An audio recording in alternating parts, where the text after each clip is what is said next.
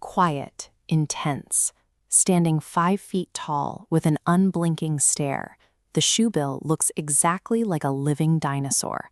It is not a stork. It belongs to a genetic family entirely its own. Despite its heavy, prehistoric build, it is a highly capable flyer. With a massive 8-foot wingspan, the shoebill easily traverses considerable distances across the African wetlands. But its true power lies in its hunting strategy. A shoebill will stand motionless like a statue for hours in the dense papyrus, waiting for the perfect moment to launch a lightning-fast downward strike. Its primary target is the lungfish, a massive, slippery species that survives in oxygen-poor waters. The shoebill's razor-sharp, shoe-shaped bill is perfectly engineered to capture and crush them. And its diet doesn't stop at fish. When the opportunity arises, it will consume small reptiles, including baby Nile crocodiles. A 5-foot-tall bird that eats crocodiles and looks like a remnant of the Jurassic period. For anyone visiting Africa, standing face-to-face with a shoebill represents a standout wildlife encounter. But earning that encounter is getting harder. The shoebill is globally classified as vulnerable, and within Uganda, its most famous stronghold, it is highly endangered. This chart reveals a stark decline. Only 5,000 to 8,000 remain globally. In Uganda, that plummets to just 100 to 300 pairs. The cause is a biological bottleneck. A pair hatches 3 eggs, but due to siblicide, only one survives. This creates a daunting logistical problem for travelers. You are trying to find a solitary, completely silent bird hidden inside millions of acres of dense papyrus swamp. It demands serious time, effort, and money. If you want to maximize your chances of seeing one, you have to strategically weigh how much time you are willing to spend against the strict ethical practices required to keep these fragile birds safe. To figure out your best approach, we use this evaluation matrix. The first major variable to lock in is seasonality. If you travel during the dry seasons, June through August and December through February, receding waters force the shoebills to concentrate around a few remaining pools. Your sighting probability skyrockets, and the swamps are physically easier to access. The trade-off is that the dry season aligns perfectly with peak tourist season. You will pay a steep financial premium for flights and lodging, and you will share the wetlands with crowds. If you travel during the wet season, the dynamic flips.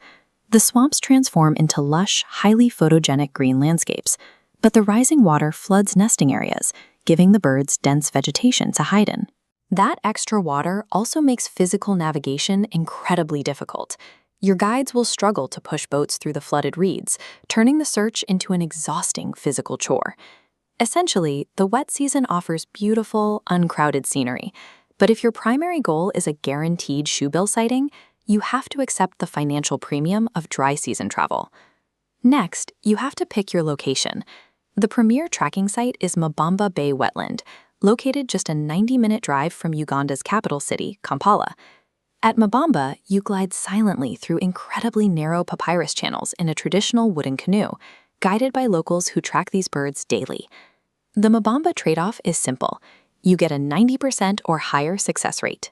In exchange, you must dedicate a full travel day solely to swamp navigation, sitting entirely exposed to the equatorial sun. If you can't spare a full day for just one bird, your next option is Murchison Falls National Park. Here, you can integrate the shoebill search directly into a classic Big 5 megafauna safari. But the Nile Delta is vast, sightings here are far less guaranteed, and your search happens from the deck of a much larger motorized cruise boat. A third option is the Ziwa Rhino Sanctuary. It's a highly convenient stopover location where you can view massive wildlife without needing to book a boat at all. The trade-off at Ziwa is that you track the shoebill on foot through the Lugogo swamp. This results in the lowest success rates, and the muddy terrain often forces you to settle for suboptimal viewing distances. You have to make a firm choice.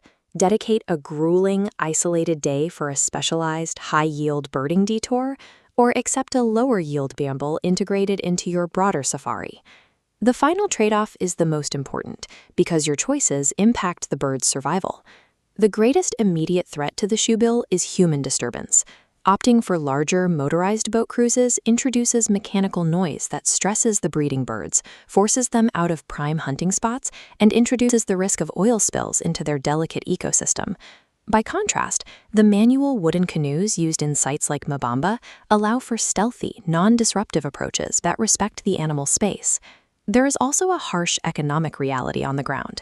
Local fishermen often view shoebills as competition for their catch, or they hunt the birds and steal their eggs to sell into the illegal wildlife trade. By hiring vetted community site support groups to guide your canoe, your tourist dollars are injected directly into the local economy. This creates a direct financial incentive that transforms locals from fishermen into active conservationists. When the community profits from a living shoebill, they stop burning the wetlands and actively protect the nests. Vetted, community-led manual tracking provides a silent approach, while ensuring your presence directly funds the protection of the remaining population. Ultimately, you cannot casually guarantee a shoebill sighting. It requires deliberate geographic and seasonal alignment. To build your itinerary, this flowchart maps out exactly what you should do based on the kind of traveler you are. If you are a safari generalist who is short on time and prioritizes a classic African wildlife experience over hyper-specific birding, you should route through Murchison Falls and Ziwa. Enjoy elephants and rhinos, and accept the shoebill as a potential bonus rather than a primary objective. If you are a hardcore birder or photographer who demands extreme patience, optimal angles, and the highest possible success rate, book a dedicated Mbamba Bay canoe trip and do it strictly during the dry windows of June to August or December to February. And if you are an eco-conscious traveler who prioritizes ethical engagement over logistical convenience, strictly vet your operators. Insist on non-motorized canoes in designated Ramsar sites to ensure your money actively disincentivizes the illegal wildlife trade. Whether prioritizing time, photography, or ethics, recognizing your personal trade-offs is how you successfully navigate the search for this prehistoric survivor.